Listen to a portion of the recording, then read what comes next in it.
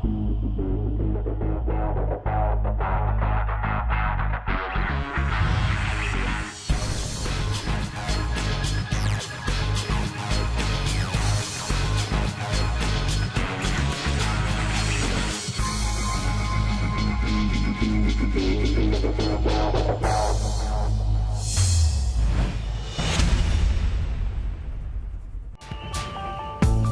now he's going to get it. Absolutely unbelievable! You'd think he won the World Championship. What a fantastic break. Here we go. Get in. Get in. Get in, Mark Selby. The magical 147.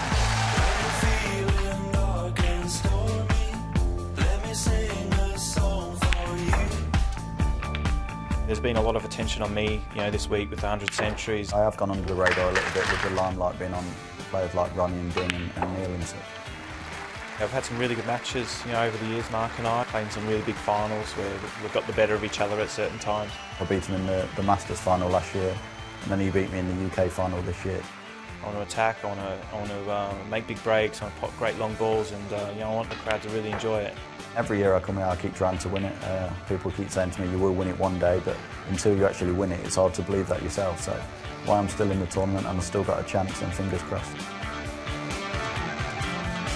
Good afternoon from us all here in the Winter Gardens. It's a beautiful day in Sheffield. The sun is streaming through the windows and we have a spring in our step as we inch ever closer to the Dafabet World Championship final that starts tomorrow. Now, whoever designed this year's Crucible programme, and my friend Joseph here does have one, well, we want to know if they can supply us with some lottery ticket numbers because, look, they've got it absolutely bang on. We've got the world #1 Neil Robertson facing Mark Selby in the other semi-final with the right to play Ronnie O'Sullivan, who looms large over the whole thing, does the double defending champion. In fact, Ronnie made it through very early to the final last night, tying up a pretty emphatic 17 frames to 7 victory over Barry Hawkins with a session to spare last evening. Now, he's the first man to get into the final, having a session to spare in both his semi and his quarter-final matches since, well, Ronnie O'Sullivan 10 years ago. And my goodness, was he in brisk and brilliant form last night.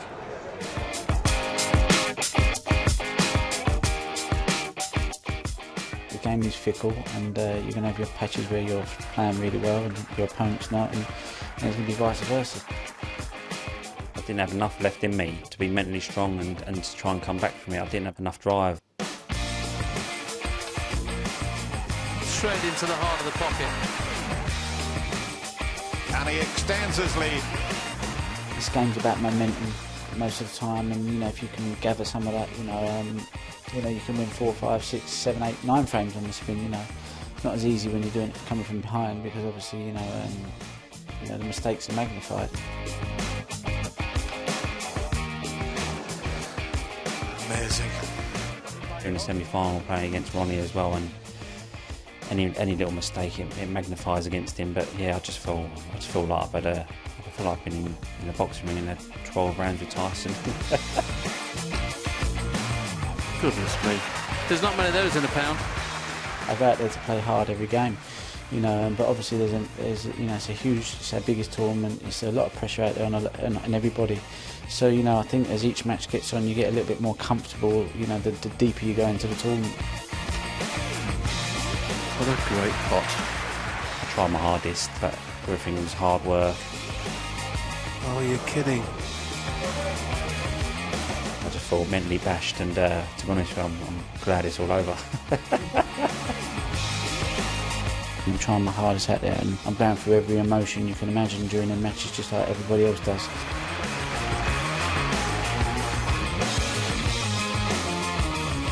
Ronnie O'Sullivan is in to the final for 3 years in a row. It's been a fabulous display from the defending champion. A very comfortable winner in the end, 17 frames to 7.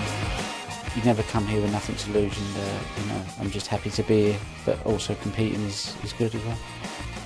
Apart from the numerous breaks Ronnie made, he was also great from behind in the frame, counter-attacking at will. He looked so relaxed amongst the balls. There's no doubt about it, Hawkins was mentally fatigued after his quarter-final with Dominic Dale, and he likened his match with O'Sullivan as if he'd been in a boxing ring.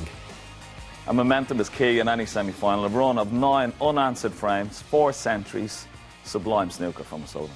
Ronnie said in his post-match interview that he was getting more comfortable as the tournament progresses, which means the final, well, it could be just another day in the office for him. The quality of O'Sullivan's match play has been superb. Top-notch safety play and his long potting, well, as good as it's been all season. So with Ronnie winning with a session to spare and having a day off, and Robertson and Selby going toe-to-toe in the other semi-final, surely it's advantage O'Sullivan. So if that was a sprint, our other semi-final is developing into a long-distance race, maybe even a marathon. Now, Neil Robertson and Mark Selby started out in their semi-final on Thursday night, and a first session full of intrigue and craft it was too.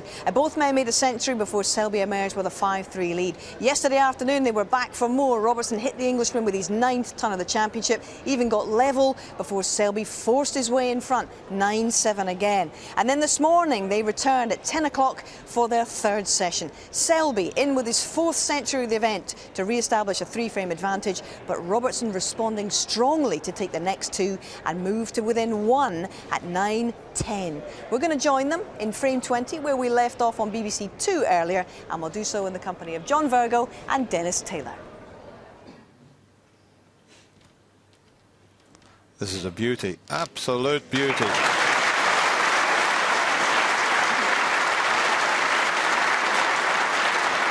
Acknowledged by Neil Robertson. He hasn't got the snooker, but I'll tell you what, he almost snookered him on all the reds. Yeah, but this is a tough shot to try and get this safe.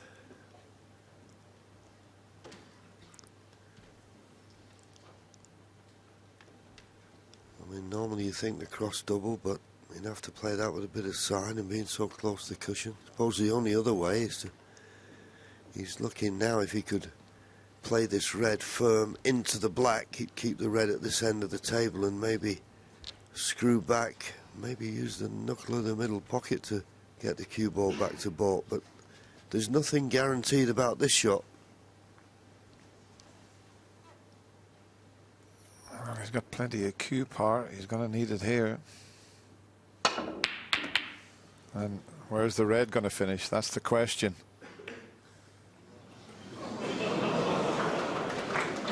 Wow, I mean, that's a couple of pieces of good fortune he's had.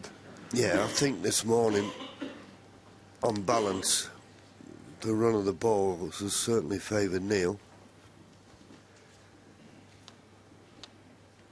He was lucky there, as I say. I mean, he played it well, don't get me wrong, and he would say, well, I'd be unlucky for the red to double kiss the black and leave it on. But once you're playing it like that, there was no guarantee to get it safe. Well, he's got to get this absolutely spot on to put distance between the red and cue ball. No, he's stuck the red up. Unless it keeps going, it needs to keep on going. Has it gone far enough? Maybe. Yeah, that's very difficult. If you were right in behind that, you could drop it in the pocket, but from where Neil's positioned, it's far from easy. See, if he was there, he'd knock it in no problem, but from where he is in the middle of the D.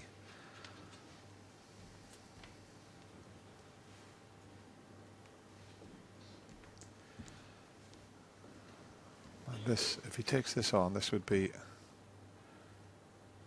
an extremely good shot. I didn't even try it, and I'll tell you what, he's got a terrific snooker. He thought about the pot, and then he thought better of it, and he's played a little gem there.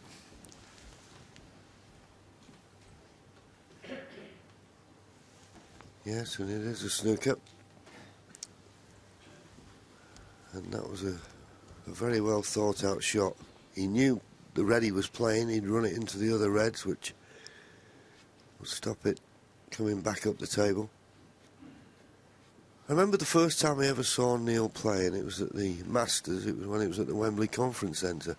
And he qualified and he played Jimmy White in the first round as we watched this shot again. And as I say, knew the red was going to run into the others and took the cue ball behind the brown. And his great friend Joe Perry said he's a great player, but all he can do is pot. And that's all he could at the time, but boy has he improved his all-round game, as was proved with that shot he's played there. He's not just a potter anymore, and you can't be to win championships. Just being a potter won't do it. You need an all-round game. It's a good line. Is it going to bounce? Good shot.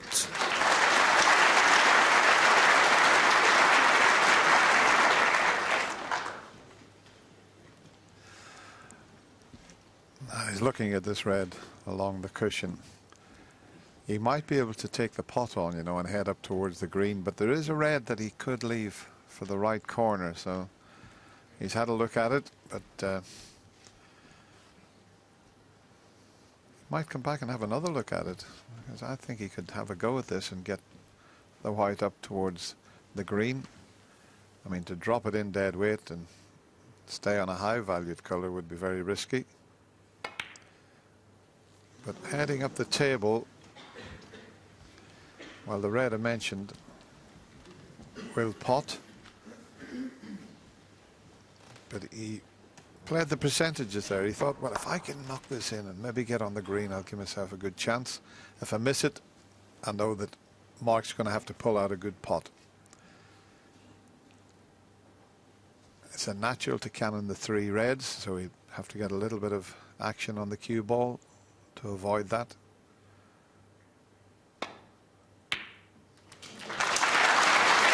He's cued it nicely,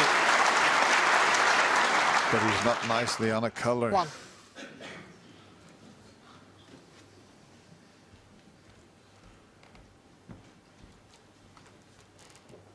I mean, the green will cut, but he cued this very smoothly.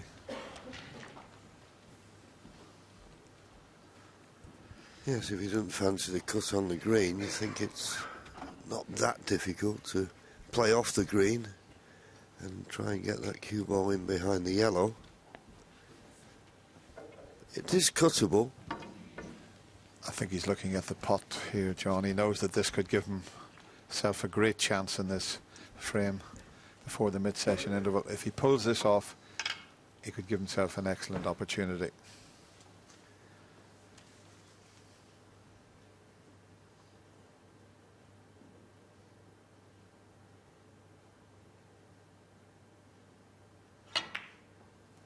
No. But now that he's kissed the brown, okay, the red near the pink will go. But he thought, I've got half a chance here, and Mark Selby thought, I'm going for it. And he just caught it a little thicker than he needed. But this is far from a gimme, as they say, close to the cushion. Needs good cueing, this.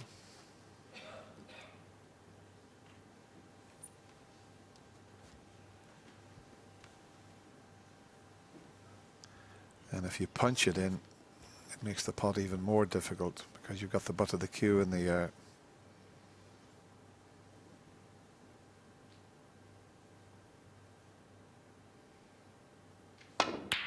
Terrific, terrific pot.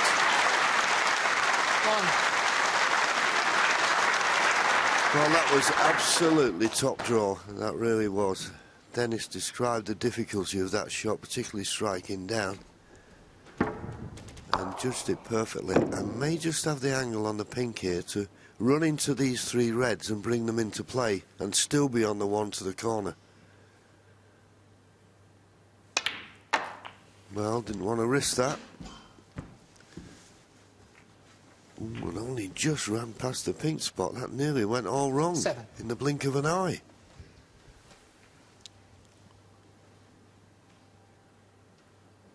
I think that red might just 8. be available, the one to the left of the three.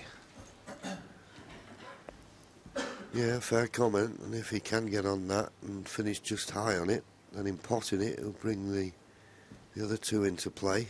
Big moments now in this frame. It's another long, hard battle.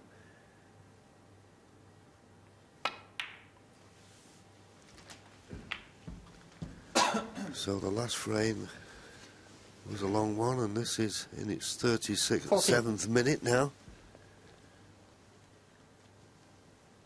And that was the opportunity to bring the Reds into play, and he's controlled the cue ball nicely. This pink, 2 more reds and colours, and they'll go to the mid-session interval. And then we've got back that 2-frame deficit and be all square.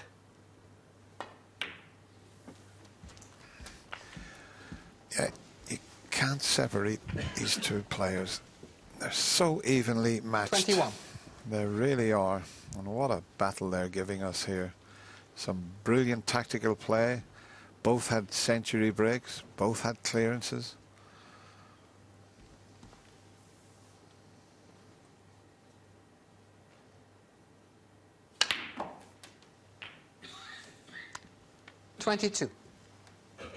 And, well, he couldn't have played that any better, JV. No, if he'd have put it there with his hand, he couldn't have done much more. But it's a choice of Reds now. Does he play for the one along the top cushion, or does he play for the one along the side cushion? He's got such a good angle on the black, he could play for either. So it's the one along the top cushions. He's now 34 points the lead.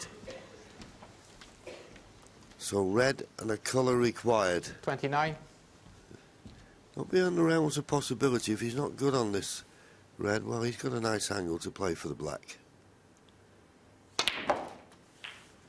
30. Well, forced it in. I was going to suggest if he didn't fancy trying to play for the black, he could have always had the green over the corner. This to go 42 points in front, 35 remaining, and in it goes.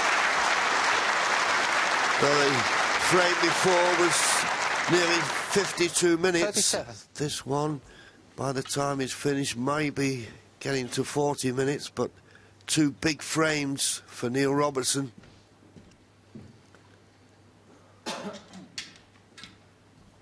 Frames you would have thought may have suited Mark with the tactical side of it, and maybe just give him the edge in that side of the play.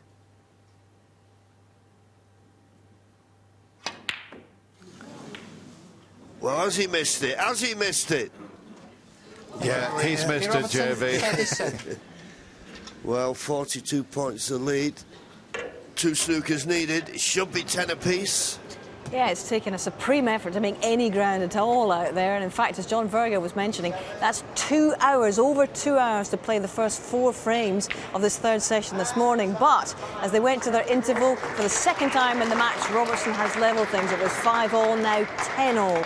And after a much needed rest at that interval, they're back out again, frame 21.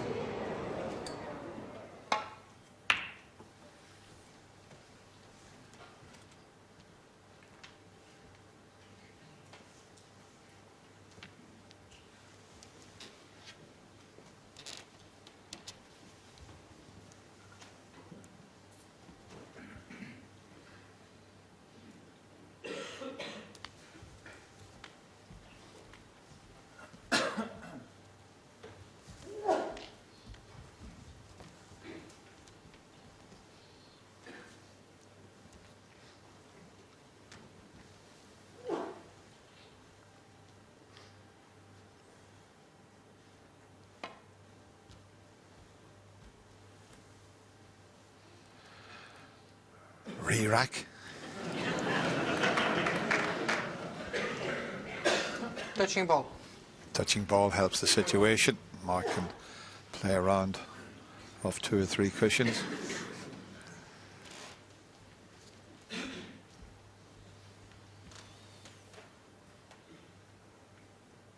That's a great shot there. Watch the cushions. There's 1 cushion, 2 cushion. Here comes the 3rd cushion. And maybe not quite the 4th cushion, but close to it.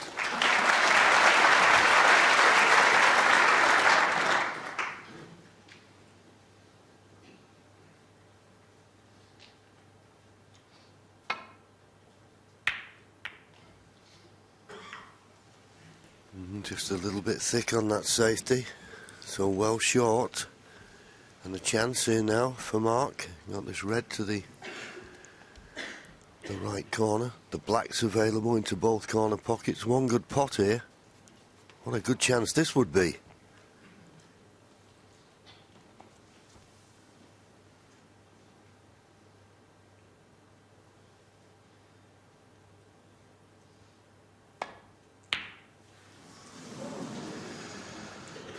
He's usually very reliable with that type of shot, but he just cued across that one slightly. You could just see the backhand didn't quite get it through in a straight line. And, an early chance for the world number one.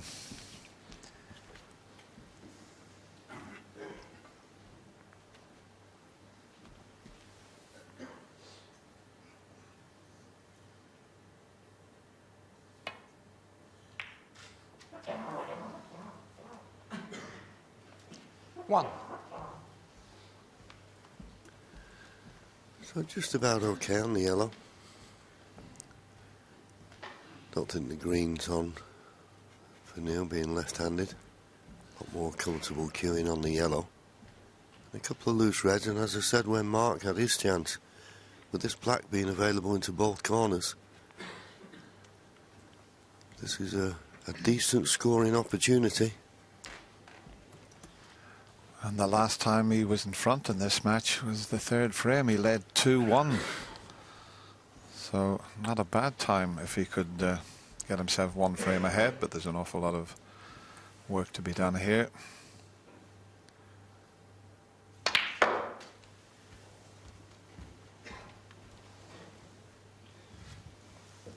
He can get on the black this time. Might be able to reach it with the extension. He's quite a tall lad, Neil. He's about 6'2", something like that.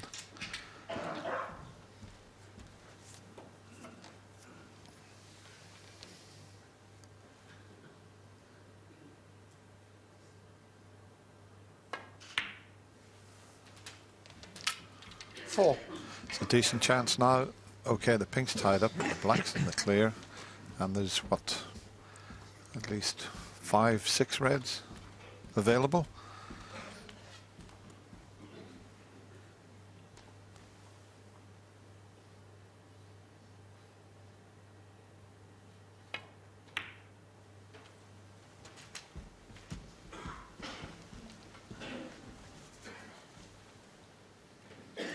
Yeah, in the type of situation where you wouldn't have to be playing too many cannons here.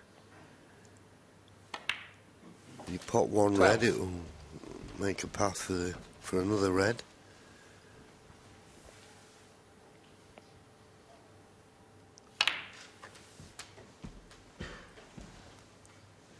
And just picking up the pace a little bit 90. now, Neil.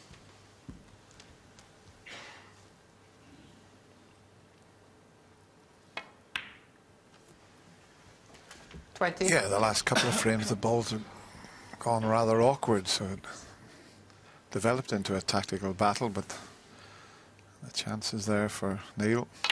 As you can see, that red at the back and to the right available. 27. He prefers to play more quickly, does Neil. In fact, his good pal Joe Perry was telling him, I think it was in his match against Judd Trump, he needs to quicken up a little bit, and he took his good friend's advice and he played much better. But you can't always play quickly if the frames are awkward. 28. It's the average shot time, so they're coming down.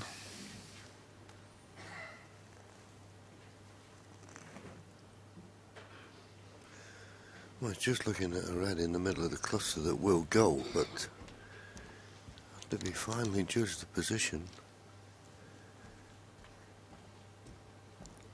But it just shows you the danger of these reds near the top cushion. I mean, normally you'd think just roll the black in, run through a couple of inches, play the red near the top cushion into the same pocket, but he's determined to try and find that gap. And from this position, we'll see whether he can find it or not.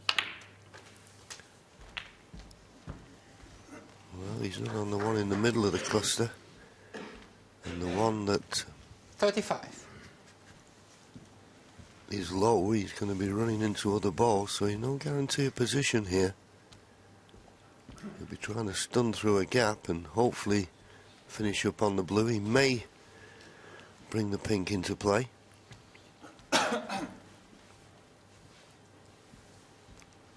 This could be the key shot to the frame. If he can pot this and get nicely on the colour.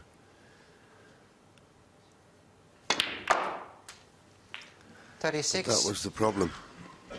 He wasn't certain to be on a colour now. Does he take the blue on? I mean, normally he would. Just caught that red just below the pink too full. Took all the pace out of the cue ball. Big shot if he's going to take this on. Yeah, he's got to just screw the white past the pink. And this red on the cushion is going to be awkward for him. He's got to be careful he doesn't foul that red. And that's a bit of a distraction, which makes the pot even more difficult. Because he needs to screw this in, go past the pink to leave a red for the left corner, but now that red that's going to be underneath his body is causing a problem, and he's now looking at the safety shot.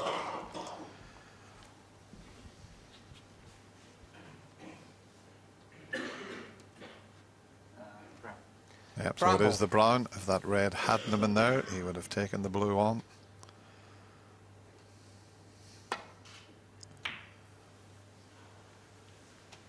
Robertson, 36.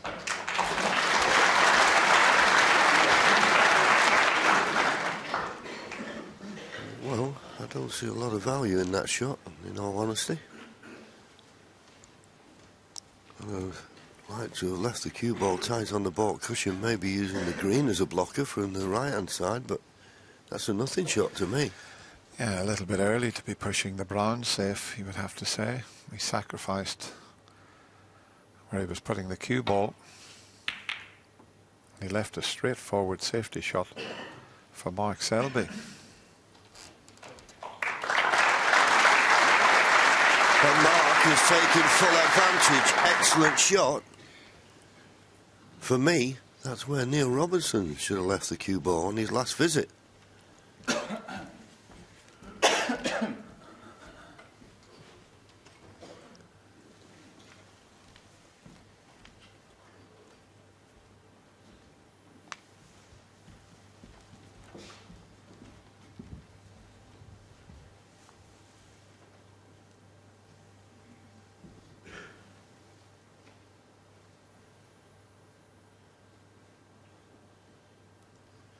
Another thin one.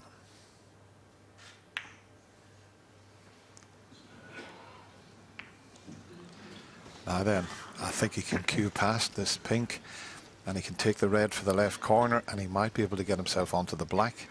I think there's a little angle here to get himself onto the black. If he can judge the cat. He's got to find the gap though.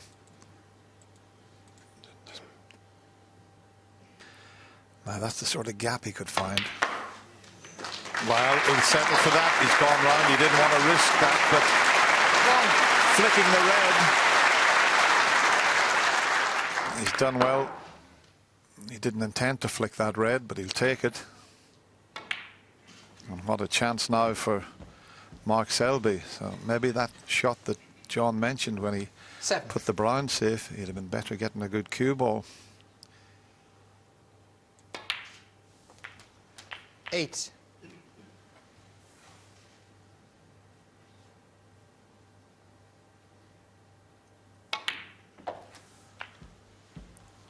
He doesn't want to be dead straight on this.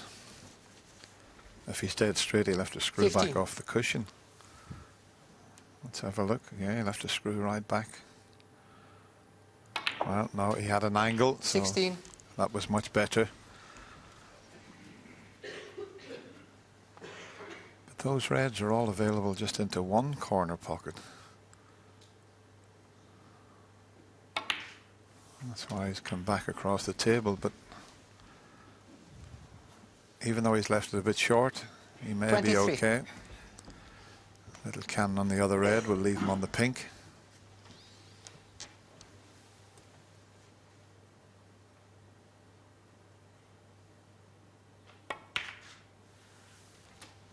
24.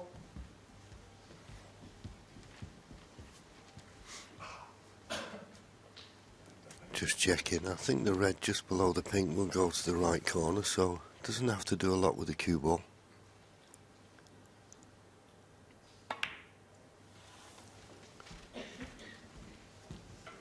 So just 6 points behind now. Looks to be nicely on this red, 30. just below the pink.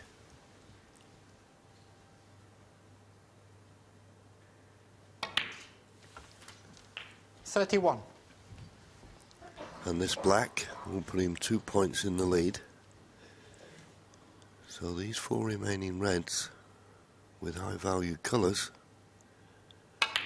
would see him past the line, and he won't need that awkward red. You said putting the brown safe was a bit 38. premature, Dennis.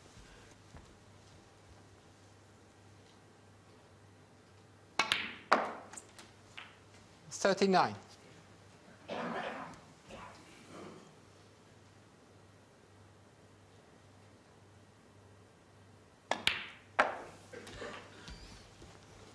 Yeah, this was the shot. Neil could have got a good cue ball tight on the cushion, and he decided to put the 45. brown safe, but I couldn't understand why. He could have got the snooker in behind the green, and after that, it was Mark Selby who 46. took control with a very good safety shot. Now, has he got enough angle on the pink here? Because the red, I think, only goes into one. Well, he is straight. Hopefully the red will go. If not, it's the one on the cushion.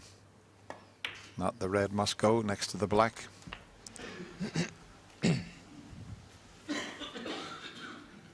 $52.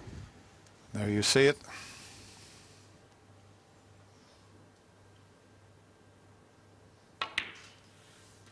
$53. So this black and the last red in another colour, and it'll be snookers required. He's taken these very well as Mark. 60. Well, here we go, John. We know what can happen with this type of shot.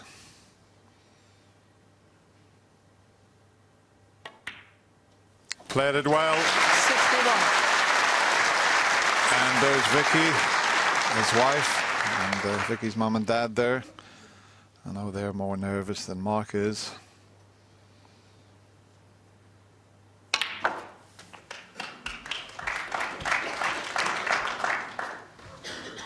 I've seen Vicky's mum and 68. dad back at the hotel, and her mum was an absolute bag of nerves. Well, Dad's smiling. But what a great performance this is. It really is. He's lost 3 frames in a row, and what a way to respond. 73. Stand your rest, please. Sure.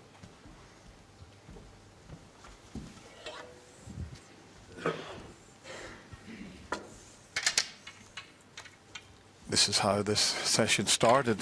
One visit. We had a century and an 85 in the 2 opening frames.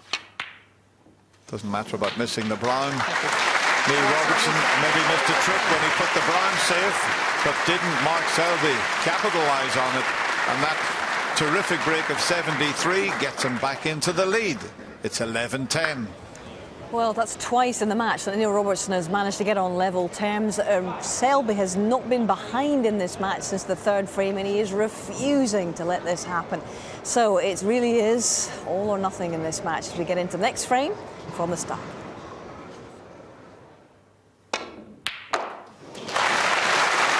What a shot that was. Absolute cracker. Doesn't deserve to be close to the cushion, but that's the way it is.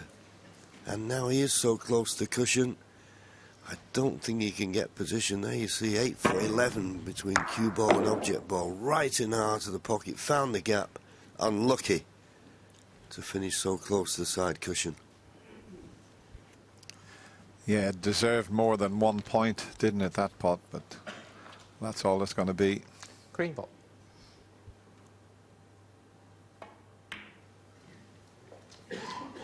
Mark Selby 1.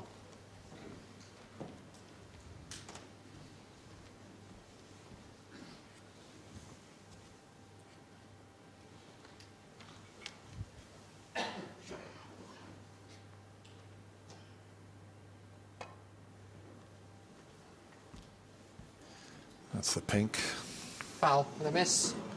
Mark Selby 6. But he hasn't pushed the red on. Mark coming to have a look, but well, can he see enough of this? No, I don't think so.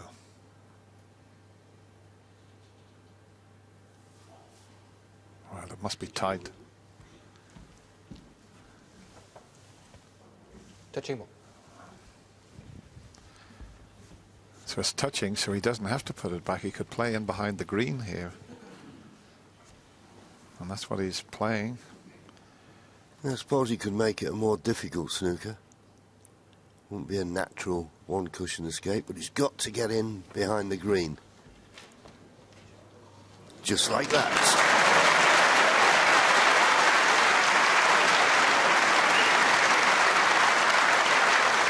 That's exactly why I call him Sat-Nav Selby, because that, to find his way in behind the green.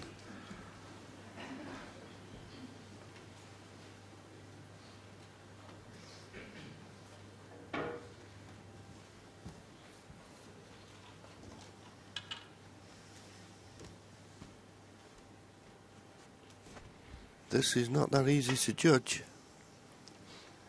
Well, he's done very well. Well played. Excellent shot.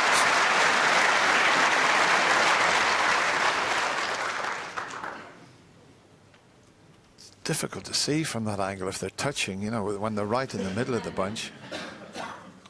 That's Touching where this one and this one. well, it's touching two balls this time. This one. Well, I mean, don't move them, boys. Watch your fingers there. So touching both balls here. Those two. Those two. Okay. Olivia Martel from Belgium did a good job there. Not easy to see from, you know, where you've got to lean right over the table. No problem for Jan Verhaas. He's about 6'4", 6'5".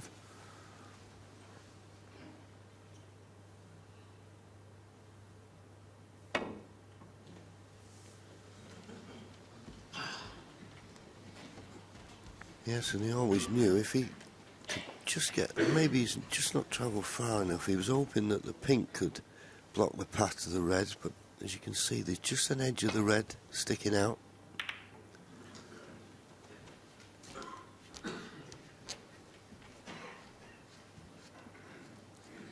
And that pink may be stopping Mark playing safe down the right-hand side of the table, and to play down the left-hand side, you've got to hit the red just right. It's not a straightforward path. Well, can he get past the pink? Obviously thinks he can. Oh no, he didn't want to risk it, so he just played off the top cushion, nestling into them. No touching ball this time.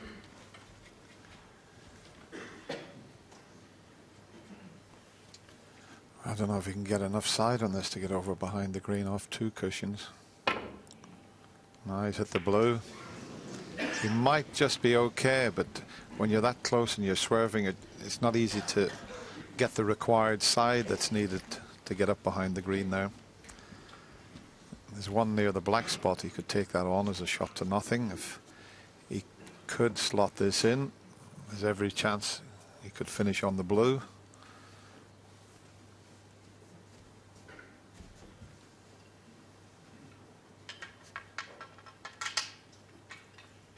Both players, they're about the same size, Mark Selby, Neil Robertson. They're both well over 6 foot tall.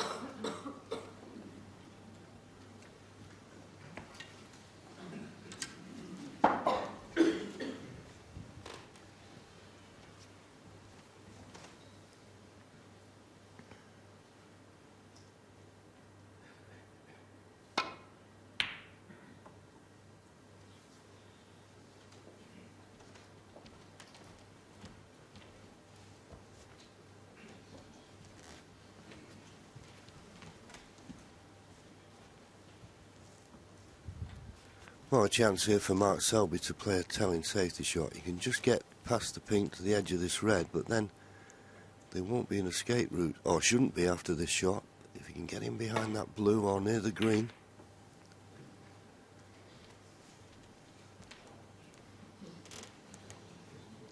Good effort, but the red he's played has come into a potable position, the one just above the black, and I feel as though, well, he's got to play the pot. There's not an easy safety, so he's got to go for this. And he's got to avoid the middle pocket. He'll be heading over towards that if he pots this. And he didn't avoid the middle pocket. Mark Selby 4. It was a sort of a natural angle, and he put everything into the pot. Still a bit unlucky from that angle to go in at that pace, right in the pocket. Yeah, you always sort of have the feeling that the pocket's there, but you sometimes think, well, I'll be unlucky to going off, and of course if it had played with a little bit of side to widen the angle, it'd have made the pot more difficult. He'll be wishing he'd used side now, if Mark can knock this one in. But he can't, and he's left the red.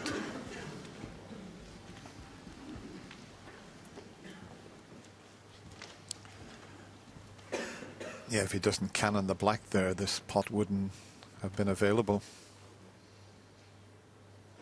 Should be able to finish on a colour. The blue's not badly placed. Oh, he's overcut it, has he? Oh, no, he's just okay. And he's on that blue. 1. And if he just comes back across the table, past the yellow, he'll drop nicely on that red to the left of the blue spot.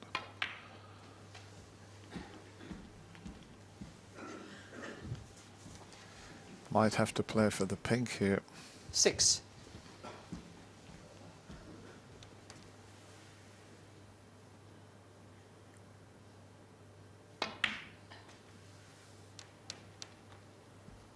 Could have played that 7. a little better. He wanted to be straighter on the pink, and then he had an easy positional shot onto the red that's just available to the left of the bunch. Yeah, he could have been, as you say, a little bit further up, but interesting to see where this pink goes after it's potted.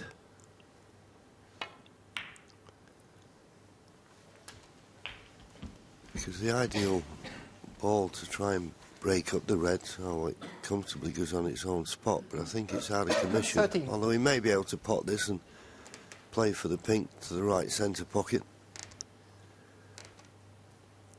As he runs through, just kiss the second red. Well, he's playing it with more pace. 14. And that's no good. He'll be struggling to carry on unless there's a plant. He's coming round hoping there may be a plant, but it looks straight enough to me on the blue.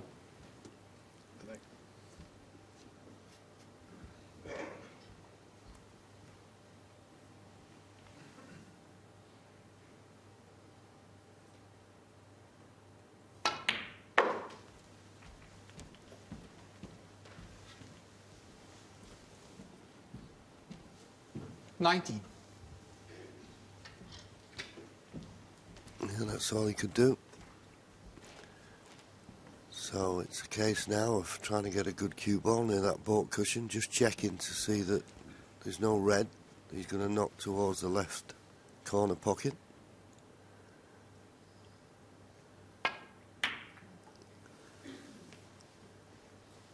It's a good line, but he's short of pace. Robertson 19. He's well short of pace. Another foot harder, and Mark Selby would have been all kinds of problems here, but Neil's not really played the best safety.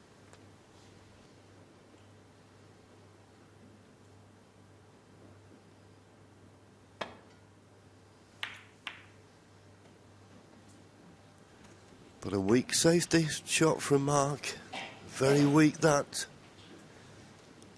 To kiss the blue full in the face, and even if it hadn't have done, it wouldn't have got anywhere near the baulk cushion. Now there is a pot on to the right corner, but Neil doesn't fancy risking it, so he needs to find the baulk cushion here.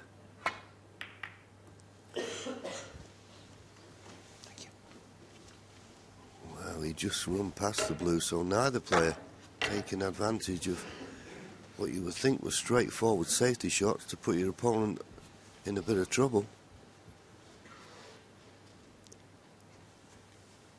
So Mark's opportunity now to play a telling safety.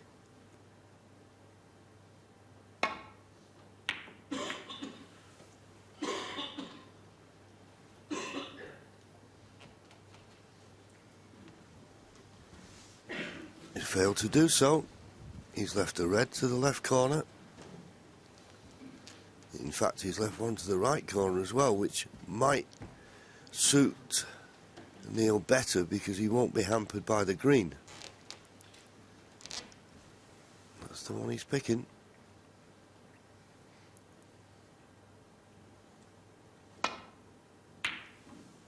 We'll be disappointed to have missed that. That type of long pot he's usually so good at. Yeah, he won't have been disappointed at getting the little flick off the red, though once he missed it, he still left a possible pot for Mark Selby. Let's see if he can knock this one in. Oh, and what a flick on the pink. He's perfect on the blue. Well, I say perfect. It's just ran a bit further than he intended, but a great pot, and I suppose he deserved a little bit of good fortune. He was always going to be on a colour, but it's gone a bit too far for the blue there. So one good positional shot with the rest here, and he's got the reds nicely placed, and the blue and pink are in play.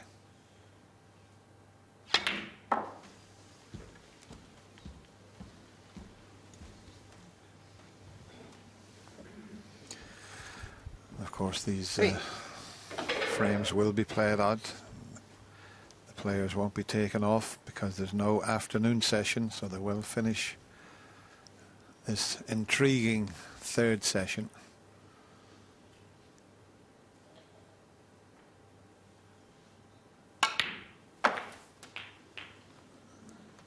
Four.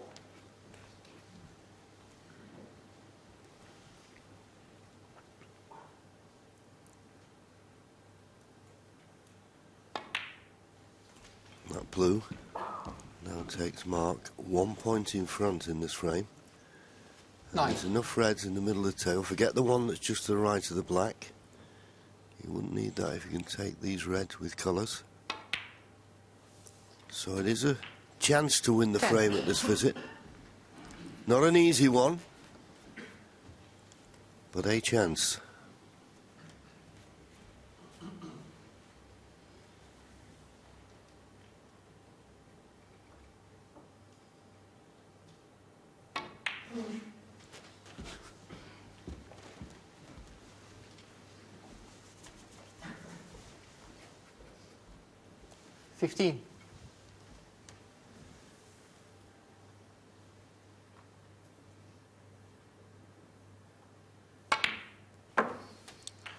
Sticking with the blue. I mean, the pink is not too badly placed, but he's guaranteed position from the blue.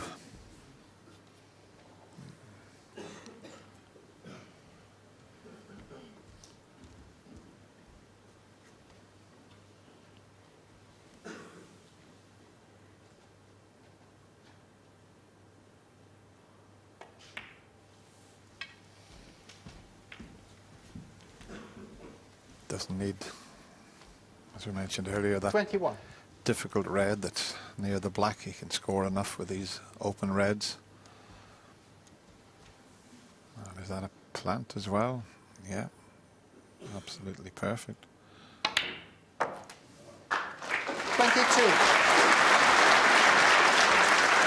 Everybody loves a plant. It doesn't matter how easy it is.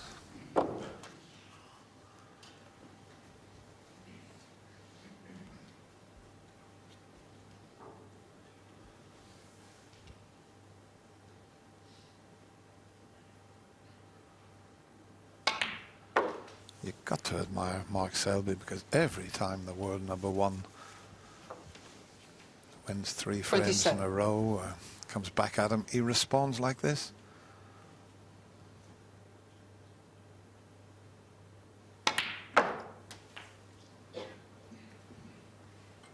$28. Just overdone that slightly. So playing the yellow, but he's got such a beautiful smooth cue action, so I don't think I have a problem screwing back.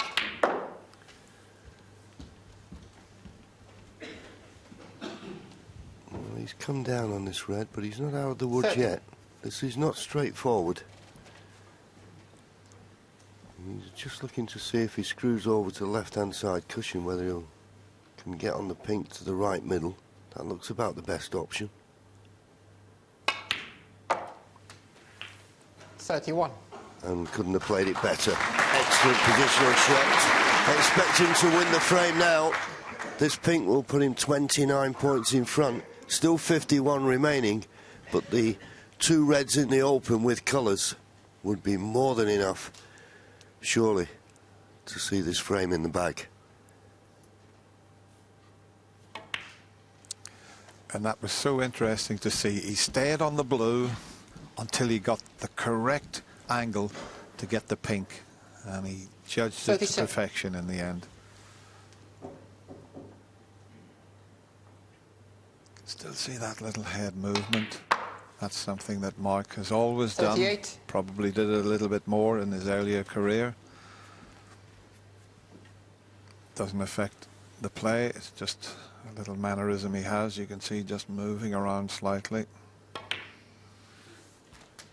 But he's turned into one of the finest cueists in the game, that's for sure. 44.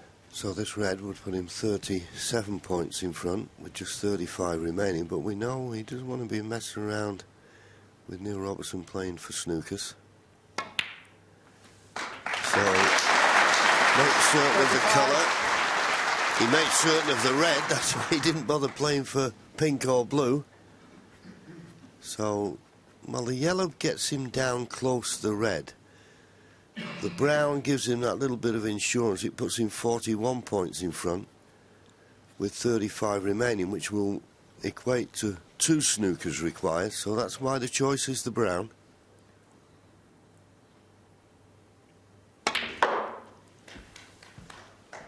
And obviously couldn't get... Oh, he didn't want to snooker himself by the pink. Ooh. Nearly. 49. So Neil Robertson, a couple of loose safety shots in this frame and in the last one have kept him in his seat.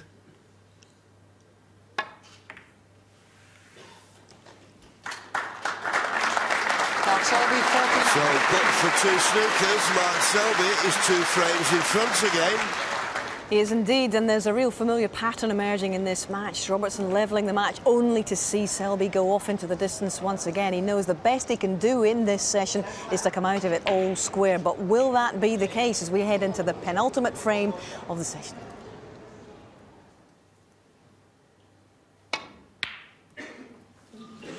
Oh, where's this red going to finish?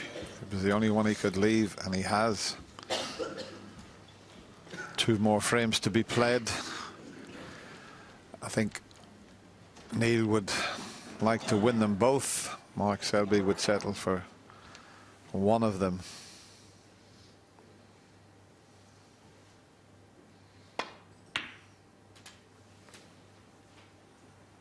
And that's just about perfect. He's got the red at the back of the bunch, but we know what Neil's like. He likes to go straight into the pink with lots of screw. And the way he's marching around the table tells me that that's what he's going to play here. He plays that shot so well. Did you see the white? It's amazing what happened to white there. What a lovely shot that was. Just keep your eyes hitting right down on the bottom of the cue ball, but watch the action. Watch the white, and then spins back again. Beautifully controlled. 7. Yes, he certainly played that well, as you said, Dennis, and with lots of conviction. He'd like to have been a little bit straighter on this blue, mind. But he may just be able to drop it in and hold for the next red. Straighter, it'd been a formality. Needs to make the most now of these opportunities. He still has a chance to win this session 5-3, which would level the match.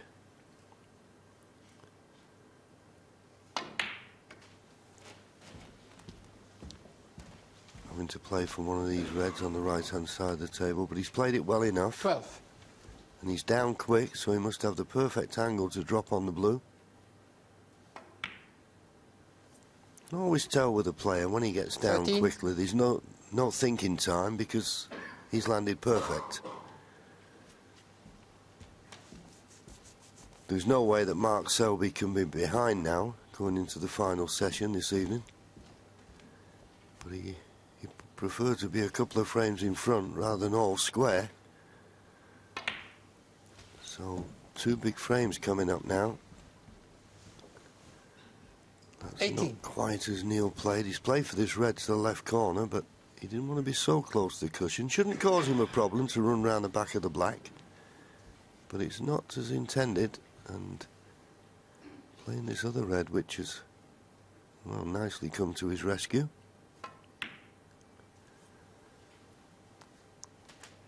Amazing 19. sometimes, isn't it, Dennis? You can play for a ball and then you're just not quite right, and then up pops another one.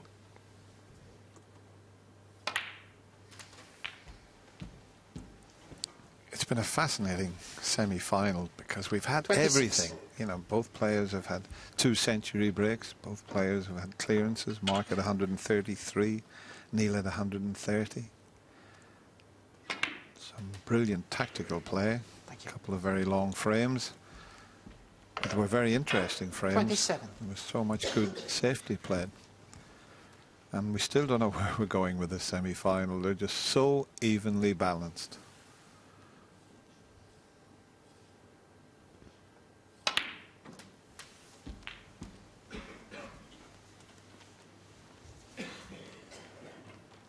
$34.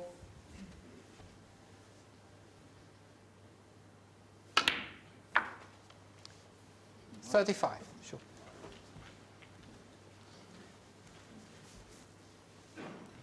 Yeah, you just feel that Neil just let an opportunity slip. When he trailed 10-7, and then he won 3 on the trot, 10 apiece, and he looked favourite to go in front, as you said, for the first time since the 3rd frame, but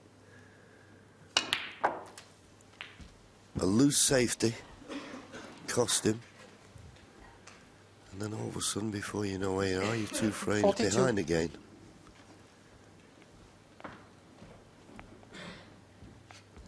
But he's blessed with a good temperament and that Aussie grit.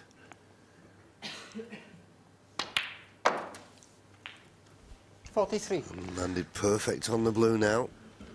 And he's marching around the table now, Neil Robertson. He really has picked the pace up.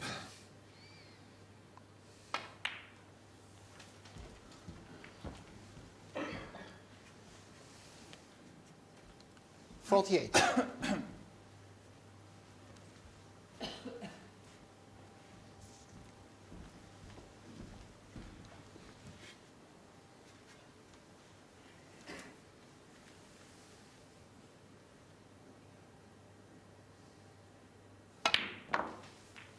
$49. The last 2 frames, Mark Selby at breaks of 73 and 49. And he's having to sit and watch Neil Robertson possibly win a frame with 1 visit.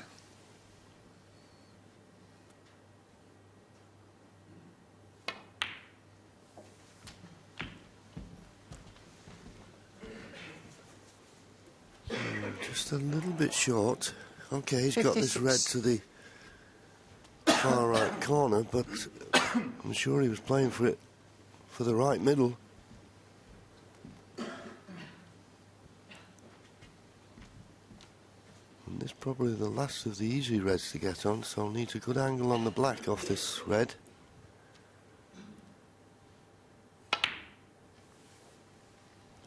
No problem, and that's got the good angle on the black. Now in potting the black, if these reds split nicely, it should be frame over.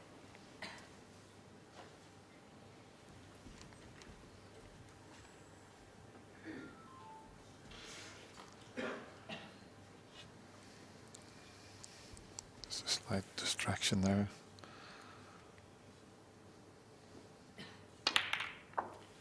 Oh, he hasn't played that well. He seemed to just get down and think, I'll just play the cannon, I should be on something, but it needed a little 64. bit more thought. Let's have a look what he...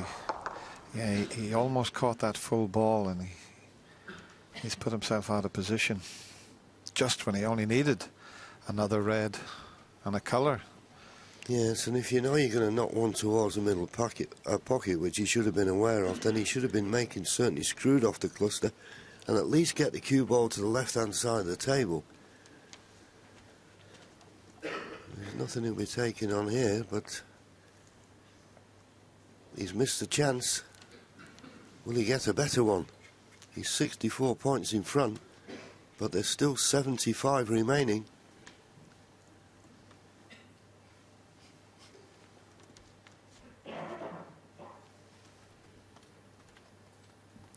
And not a straightforward safety shot. He can't run away up into the right corner of the safety end of the table, where he would need to be, because that red would cut into the middle if he was anywhere over towards the brown and the yellow.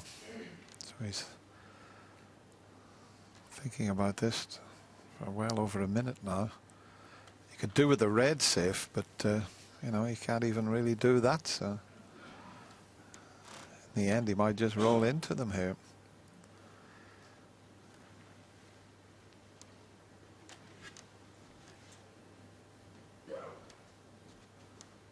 If he can get it back on the cushion, he'd be okay, but he's quite close. I think he can screw back off this red that's closest. Well, is he taking the pot on?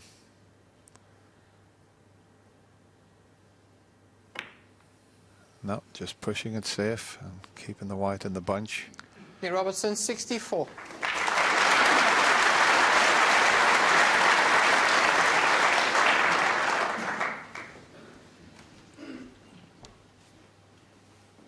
Good lead, but not a winning one.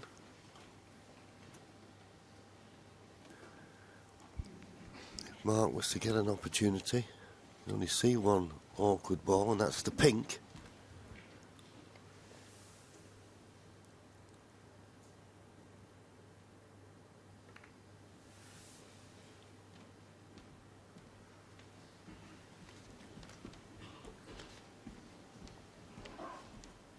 That's the danger red, of course, the one over the, or close to the right middle.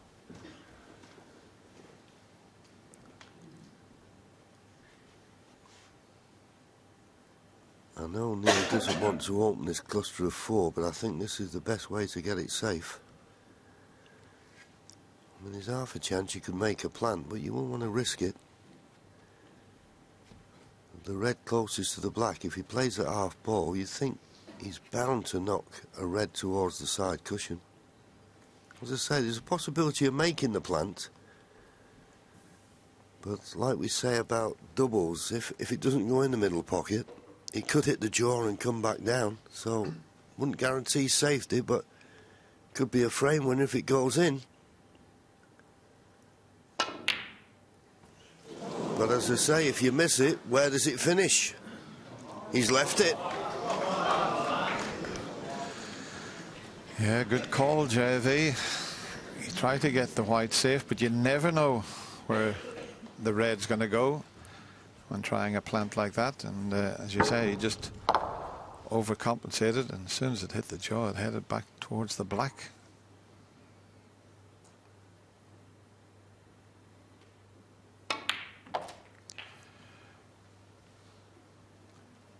One.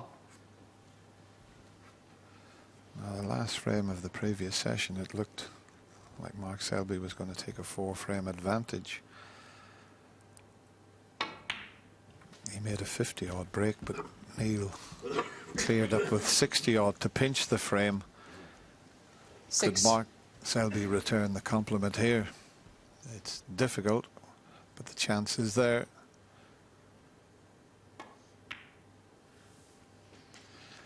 Seven. And what a frame this would be if he could pinch it and open up a 3-frame advantage. And as you mentioned, John, the only safe ball on the table is the pink.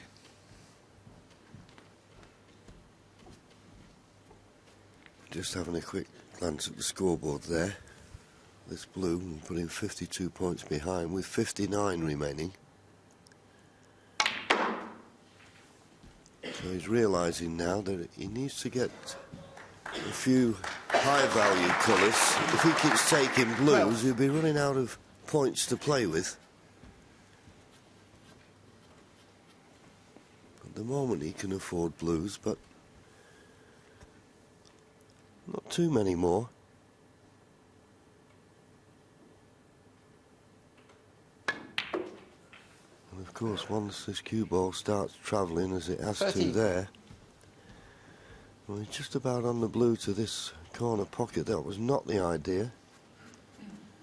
And this is where it gets difficult. If he doesn't pot the blue, if he pots the yellow, he'll be 49 points behind with 51 remaining. Then the last 3 reds will have to have blacks to go with them. So it just makes it a little bit more difficult, this. We know the pink's out of commission. 15. So with these reds, he needs blacks.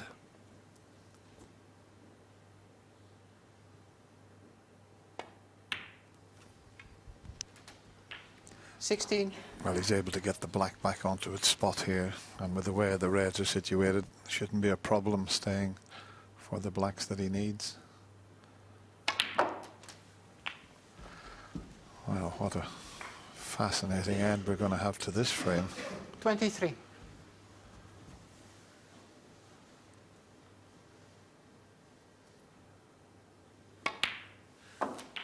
$24. Well, he might be dead straight, but with his cue power, it won't be a problem to screw back off the cushion. Not sure if he is. Well, he's got a slight angle, but he'll still screw back with the reverse side, back over behind that red. That's no problem for Mark Selby. 31. But he's going to need the extension, and the white a little bit further across the table would have been better for ideal position on the black to then get him up to the yellow.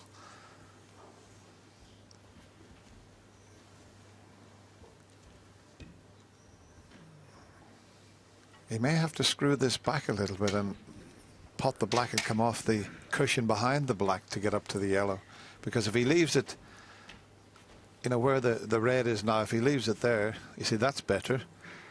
So it's not straightforward.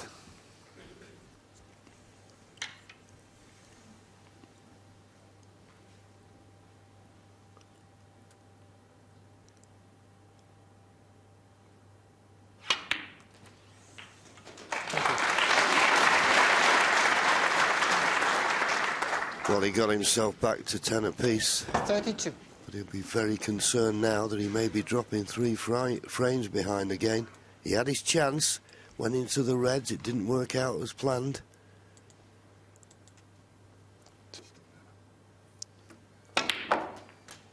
Oh, he had to punch that around the angles, and he's got too much stun on it. And if he's dead straight on the yellow, 39. it's a big problem. If he's got a slight angle, he'll still take it on. Bit of angle, but oh, how tough is this?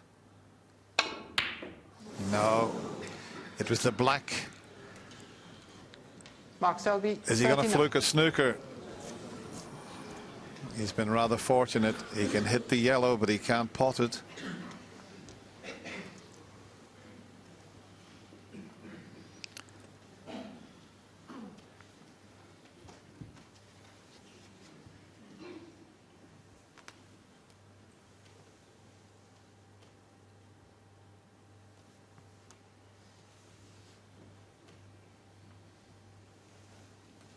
Yeah, this was the shot he was trying to punch it in, but he got too much stun on it.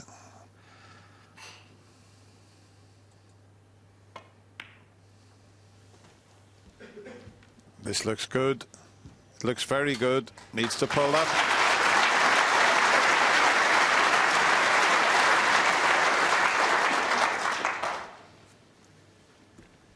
Yeah, that was an excellent shot. And if Mark Selby, of course, doesn't hit this red, he'll need a snooker. And it's not straightforward. I don't think he can get to the left-hand side cushion where he'd like to hit the yellow. I think the bump of the middle pocket may just be in the way. And if that's the case, using any other angle of approach makes this very missable. Trying to swerve it and get the side on. Is it possible? This side of the pink, it's hard to do. Very hard to do. Very hard to do. I'm amazed he picked that, but maybe that was the only option. Neil Robertson 4. I'll tell you what, though, John, he missed it by, well, a millimetre. He had to get so much swerve inside, and just have a look at this. How close was this? Wow. But that's all you have to do to give 4 points away, and he now needs snookers. It would be a very relieved Neil Robertson coming to the table. 29 points ahead, 27 remaining. And he didn't get those snookers, so Robertson wins that one to go 11-12. It's a grueler, all right, but is nevertheless a fascinating semi-final, isn't it? I hope you're enjoying it. It's taken them 3 hours, 50 minutes to get to this last frame of the third session. Robertson to play. Can we start this frame with a Neil Robertson special? Of course we can. Yeah, so once again, Mark Selby guilty, and you probably saw him when he sat in his chair shaking his head, because once again he didn't find that baulk cushion, just got past the baulk line. You cannot keep leaving these opportunities for Neil Robertson.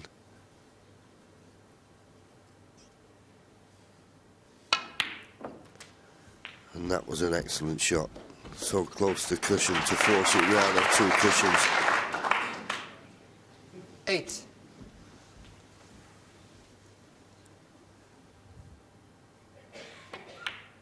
I know he seems to go through phases, Neil, where he knocks all the long ones in, and then all of a sudden he goes through a spell where he doesn't. But you can't keep leaving him the opportunities, and that's what Mark Selby, for me, has done too many times in this match.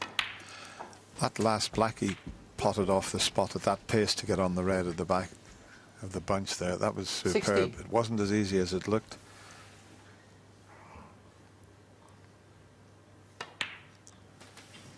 $17. A lot of players would have dropped this one in here for the reds, but he punched it in and got right round onto that one at the back of the bunch. That was a superb shot, really was. Now, they're not a good pack to go into. He's got a couple of loose reds.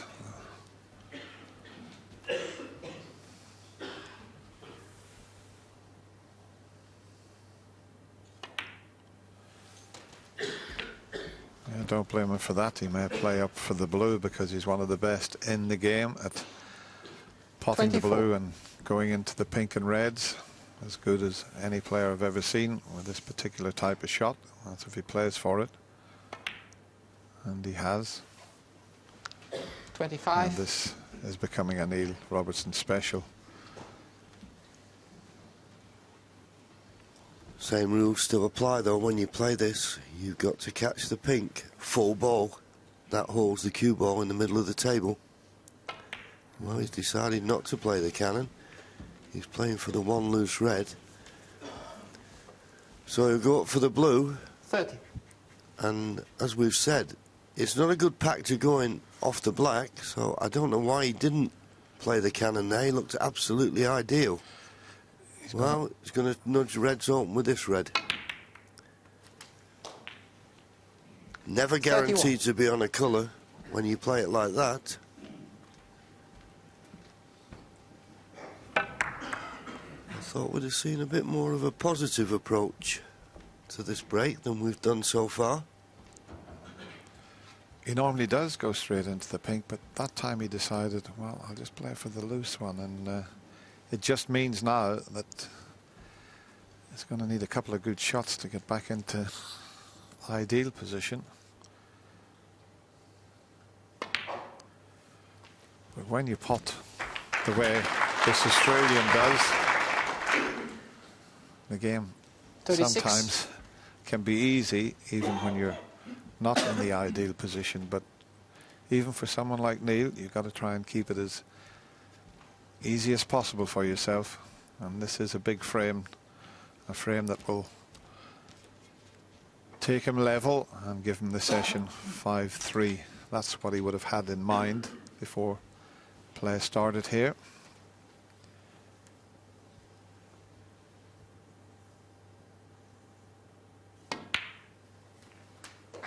$37. Now he's got the pink and he's got the black, which is going to be the easier to open the reds. You would think the black. A little bit of top spin, right hand side. And he's been lucky. Robertson, 37. He's been very lucky. He's missed the pot, but fortunately for him, he hasn't split the reds. But we said that was going to be a difficult pack to split off the black. Yes, he should have gone into him a few shots earlier off the blue. Don't know why he didn't.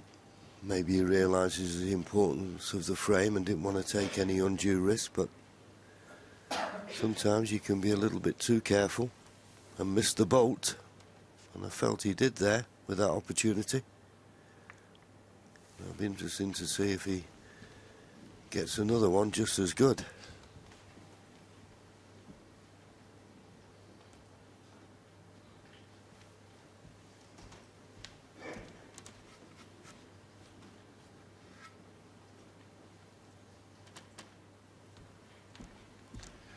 I don't think this is awkward cueing, you know. I think he can get the cue through that little gap, yeah, so he can control this cue ball.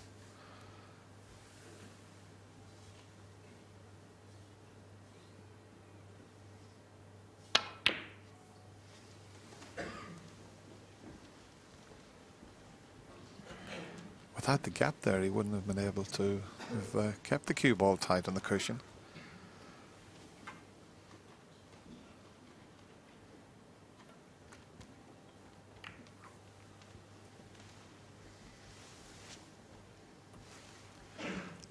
Bit of a stalemate with the two reds up the other end of the table, but there's no chance of a re-rack here with Neil Robertson leading by 37 points.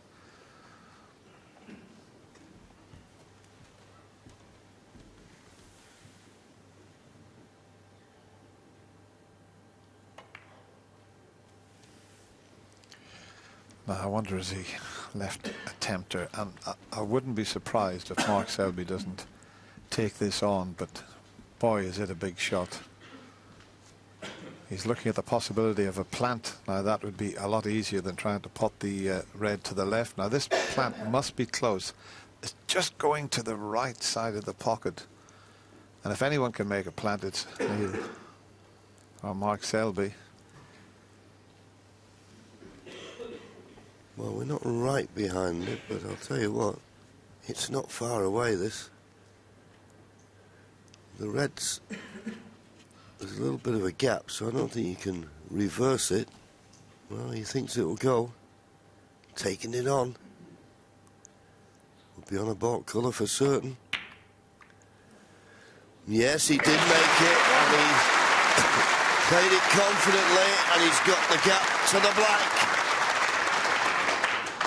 I say he's so good at that type of shot. He was the 8-ball world pool champion, and he does spot those.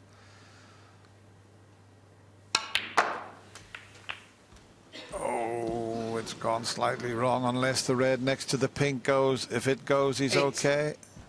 And it does. What a chance, similar to the last frame.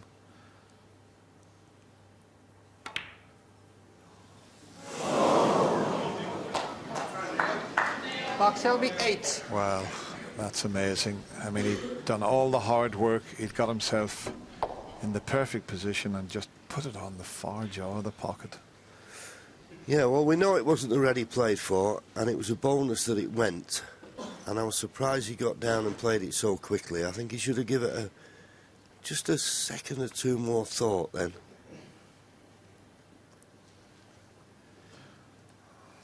Believe it or not, that's the first ball that Mark Selby has missed into that particular pocket in the match. He's potted 45 reds in that pocket. Whoever's worked that stat out, well done.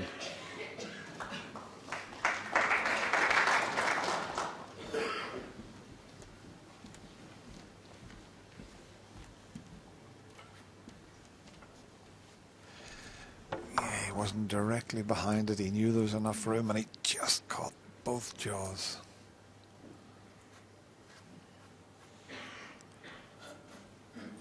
He'd love to put the cue ball back in the same spot it's in at the moment. And he'd have to do it off the red, the right side of the table, and he'd have to be careful he didn't bring that red back up the table. He's just looking to see if he can find another spot where he could leave it safe, but there's not many spots on the table the way the reds are situated.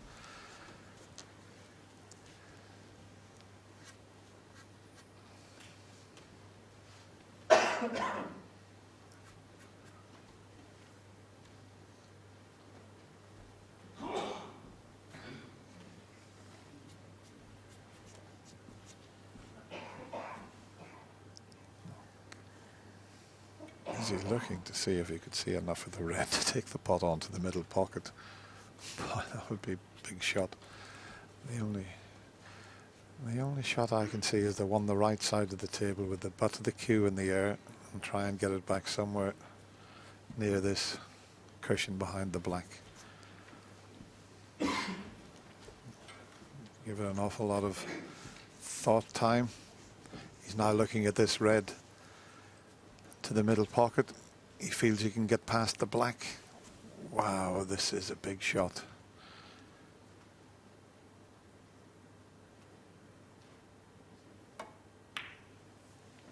Is it there? Is it there? Oh, how close was that? How close was that? So that was much more difficult than the one he missed in the other middle, but he weighed all the options. He thought for over a minute and a half, and well, just look what Neil Robertson's left with.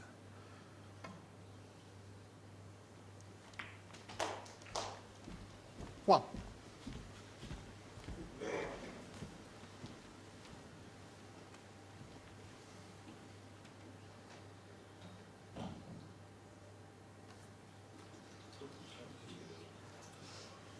Someone just got up out of their seat to walk out. Timing wasn't very good there. I mean, Neil did the right thing. He's got up from the table, settle himself, get back down again. Okay, it's tight on the cushion, but you know, you don't want a distraction at this stage.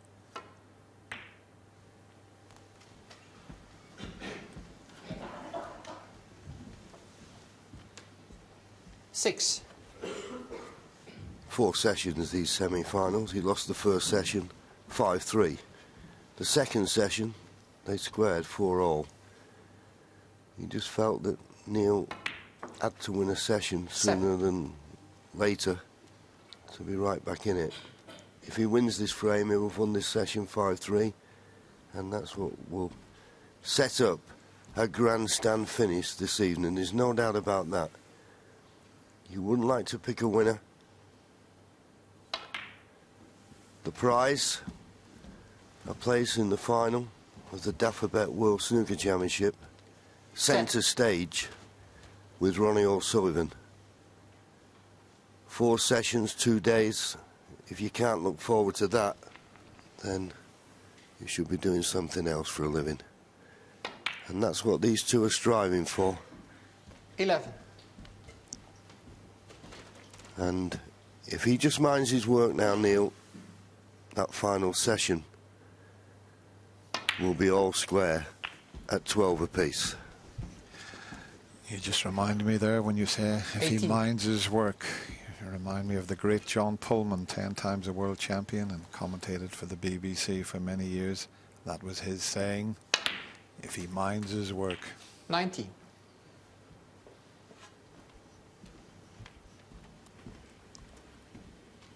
There's pink to go 54 points in front with 59 remaining. So basically, after it, just one more red needed.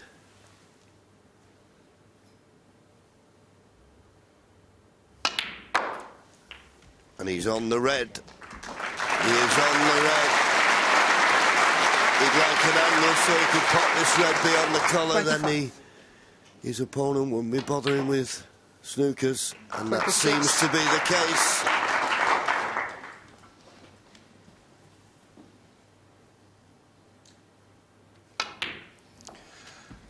It's been a fascinating session. We've had some long frames, we've had some 30. high breaks. Every frame 31. has produced some sort of excitement, and it couldn't be set up better for this evening, as John said. You won't want to miss the final session of this semi-final, that's for sure. 34. 35. Yeah, and as we've been saying all along, there's not a lot to choose between the two players, just a mistake here and there. But as I say, Neil Robertson was desperate to win this third session, and now he has done. 40.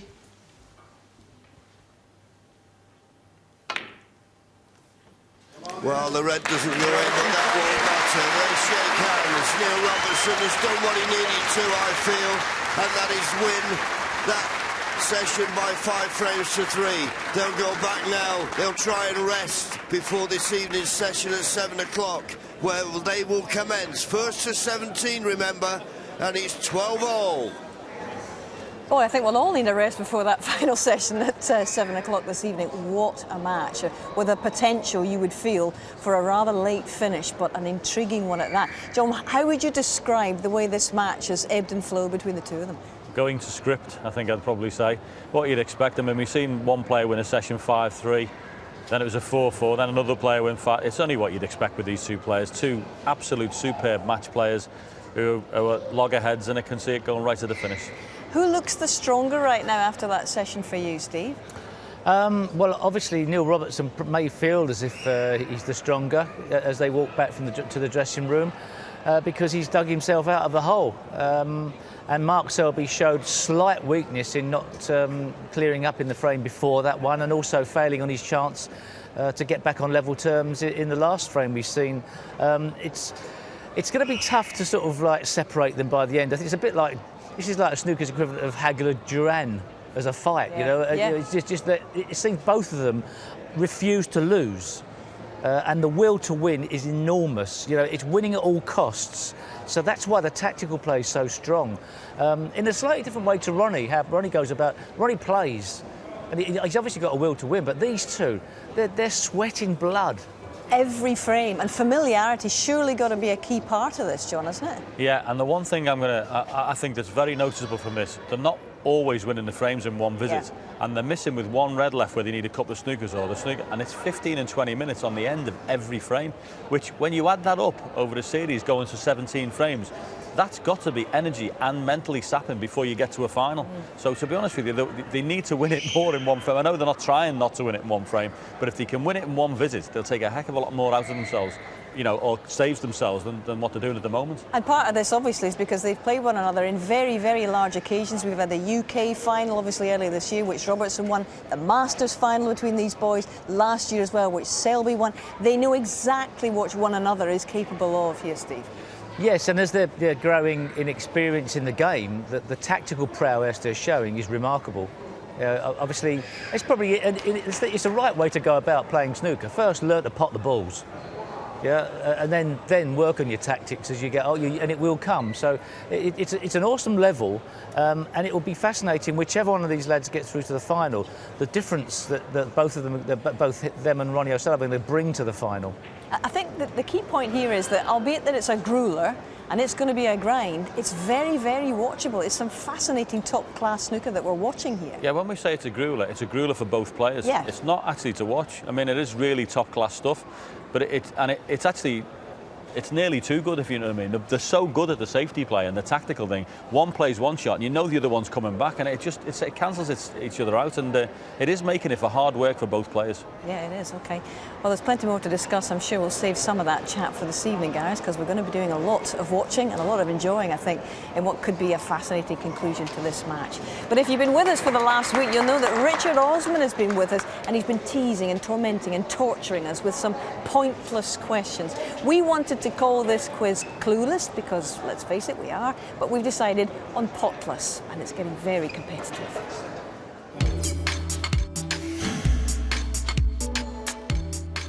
Ladies and gentlemen, welcome back to Potless. Here is your next question. We gave 100 people here at the Crucible 147 seconds to name any player who's been ranked in the world's top 16 this season. So anyone who's been ranked in the world's top 16 this season, there are only 19 answers out there. Which of them is the most obscure? Good luck. That's been in the top 16 this season. Well, I ain't got a clue. Tell you who's risen from 17 to 7 is Marco Fu. Yeah. That's a hard one. Robert Milkins. Yeah. Certainly not you, is it? No. Mark Davis is always thereabouts, but he's been there and thereabouts for a while. Dominic Daly's not been in the top 16 at this stage, is he? Joe Perry. How about the Milkman? Go for the Milkman. Shall we? Let's do the Milkman. Milkman, Rob Milkins. I don't know why Mark King's shouting out at me. Shout out then. But it may be wrong, it may not have been. No, I think I'd go for Mark Davis. Okay. Mark Davis. We're going to go for Robert Milkins. We go with the Milkman. Yeah. The Milkman, cider drinker. Milkins. Mark King. Okay, we've heard what our commentators think. I'll be giving all the answers at the end of this interval. So if you want to play along before then, hashtag Potless, go on Twitter and give us your answers as well. So anyone who's appeared in the world's top 16 this season, good luck. Thank you, Richard. Now, we're not in a rush here today. After all, we do have no live snooker for you this afternoon, but there is one man here in Sheffield that's always in a constant rush. They don't call him the Trick Shot Express for nothing down at Sheffield Station, Florian Kohler.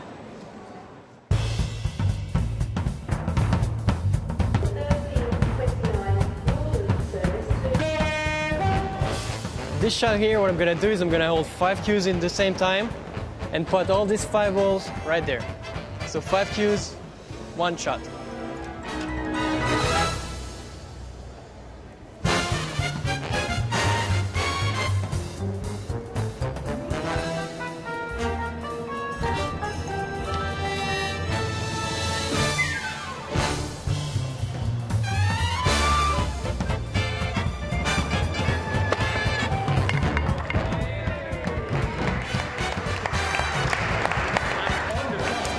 First try, right?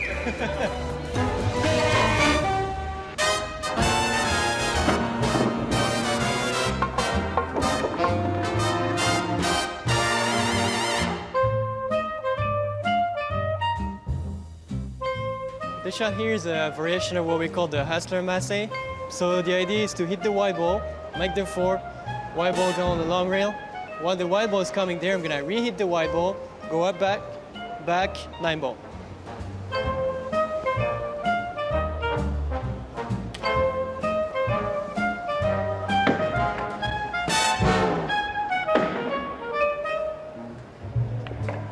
Just like that.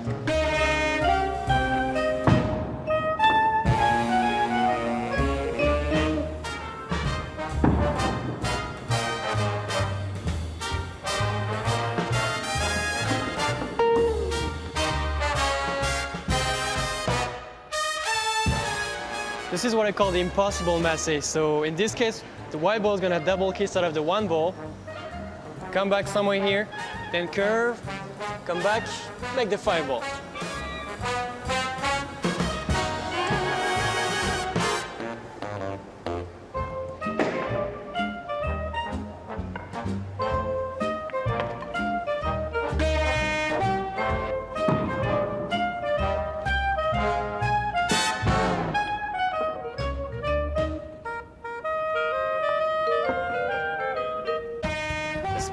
craziest shot in the artistic pool, and I call it the stink shot. So what we have right now is we're gonna do the shot when you hit the cue ball into the rail. White ball is gonna go in the air, and while it's in the air, I'm gonna shoot it again into the triangle, make the 3 ball.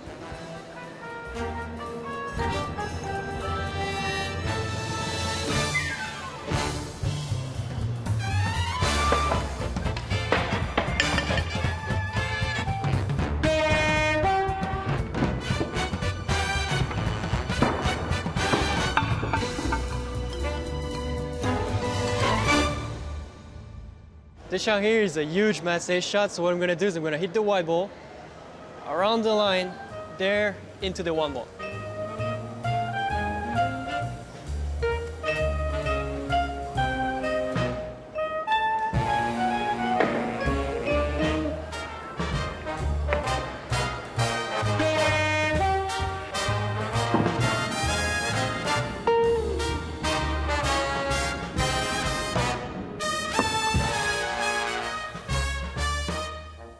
This shot is what we call a whip follow shot. So I'm gonna do is I'm gonna hit the white ball into the 5 without making a fall, so I'm gonna stroke. Making the 5 here, then the white's gonna come here, out of that rail, curve around the 8 ball, make the 9 ball.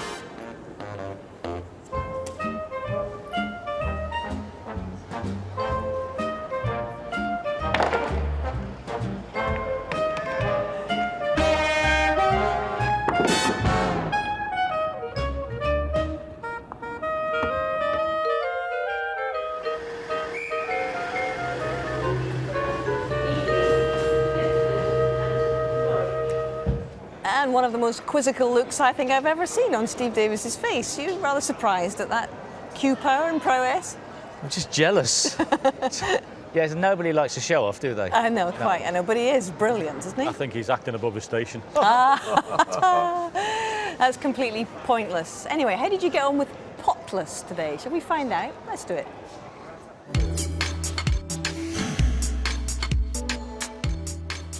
Welcome back to Potless. Earlier on I asked our legends and I asked you, name any snooker player to have appeared in the world's top 16 this season.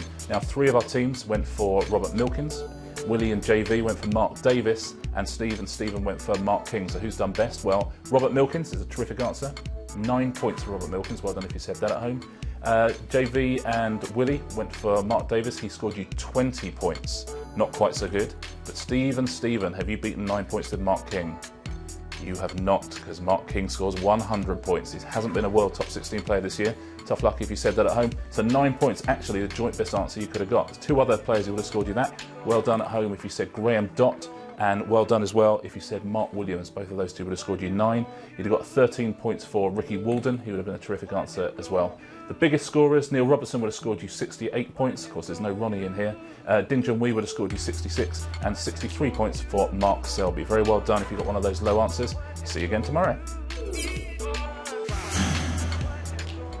Thank you, Richard. And there we go. There is the league table. Oh, you know, I thought we might have moved up a bit, Jason and I, but look at that. We're catching Jordan Ken.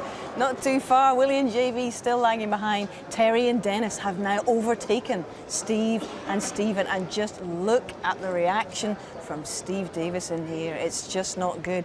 Hard lines, old chum, but well, you blew it there with Mark King, didn't you? Yes, okay. And well done to those of you at home who got Graham Dott. In fact, Luke Colwell and Ian Norris, you were first off the mark on the tweets. Mark Williams was guessed by James Brickles and Amanda Carmody. So very well done to you. Now, you know, we've had a lot of celebrities here at the Crucible over the last few days. Let me see, we've had Louis from One Direction, what a stir he caused. We've had Paul Hollywood. We've had Claire Hamilton as well from the British bronze medal winning curling side from Sochi.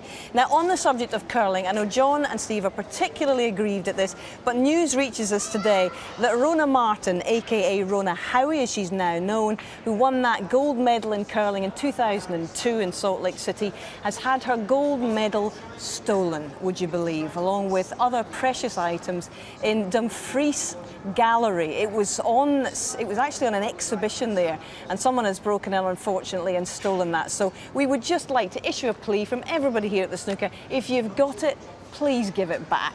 It does belong to everybody, as Rona herself has said. And if you know any information, I'm sure Dumfries and Galloway Police would love to hear from you. Anyway, that's the public information announcement for this afternoon, and we shall discuss a little bit about Ronnie O'Sullivan, because Ronnie was due, of course, to be playing live here this afternoon in his final session against Barry Hawkins. Didn't need it, has tied it up last night, 17 frames to 7. So instead, it will be Ken Doherty and Stephen Hendry who will be doing an exhibition out there for the Crucible crowd. Can we just have a little appreciation for Ronnie's play last night? How good was it, and how good in comparison to the form he's shown to get to other finals has it been, John? I think, I mentioned last night, I said, jokingly, I said he was warming up. I actually think he is getting to the peak of his form. He was very close last night. Some of the shots he played were absolutely sublime. His long game was fabulous. You know, sometimes this year, one thing, I mean, this is an absolutely unbelievable pot from the bottom cushion. And he hit the ball so well. And I looked at him, he was so focused, and you could tell he was desperate to finish that match with a session to spare to have the afternoon off. And he was so focused, fluent in the balls, really very close to his absolute best. He's gone through with a session to spare both in the semi-final and the quarter-final. That hasn't been done since 10 years ago when Ronnie himself did it. And I just wonder, how great a value would you put on that achievement, having a day off before this final, Steve? I think it's not so much a day off, because you could argue it's a hindrance at this stage. You've got into the routine of playing every day. But what it signifies is really the ease at which he's carved through some very good players. And as he said in his interview afterwards, he's feeling more like it's a day at the office. You know, it feels like it's just he's getting more and more comfortable. So if he's getting more and more comfortable, it's not like the final's going to be a problem. So to outplay him is hard enough as it is. But in the final, if he's sitting there and relaxing, and even if he's behind in the frame, he feels under no pressure, he's going to be very, very difficult to overcome. I mean, I'm listening, a couple of people said to me this morning, oh, it's all falling in Ronnie's lap and blah, blah. Listen, he's earned the right to have a day off. He won 17-7 against someone who's won a big tournament the other week, £100,000 first prize. And, you know, he deserves his day off because that's the standard of play.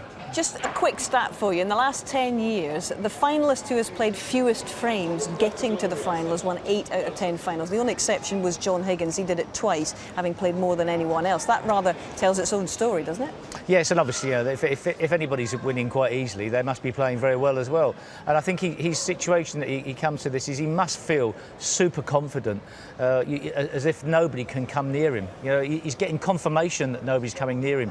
It's going to take a massive effort, I think, for anybody to do that. Joe Perry, how good was the performance? Yeah, when you look back on it now, how good was Joe Perry? He was that close. Yeah. But that is the standard you have to achieve. Well, he can sit back and watch these two guys slug it out tonight, Neil Robertson and Mark Selby. A brief word about them. How do you feel it's going to go, and what will make the difference? What will be key tonight, John? Might just be a fluke, might be a kick, might be something like that, significant. It'll be 17-15 or 17-16. I think it's going all the way. OK, gentlemen, thank you very much. We're going to wrap it up there. We do have a few hours to ourselves. Steve has actually offered to help water the plants here in the winter gardens, rather, and that John has promised to put up those shelves in everyone's dressing rooms that he's been promising for the last few weeks.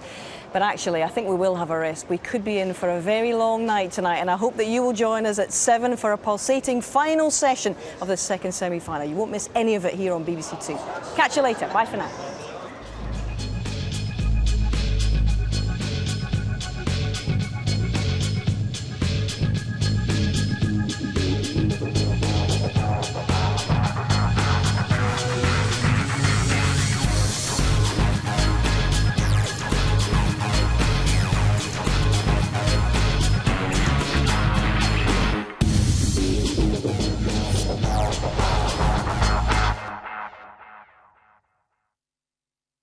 BBC Radio 5 Live is where news comes to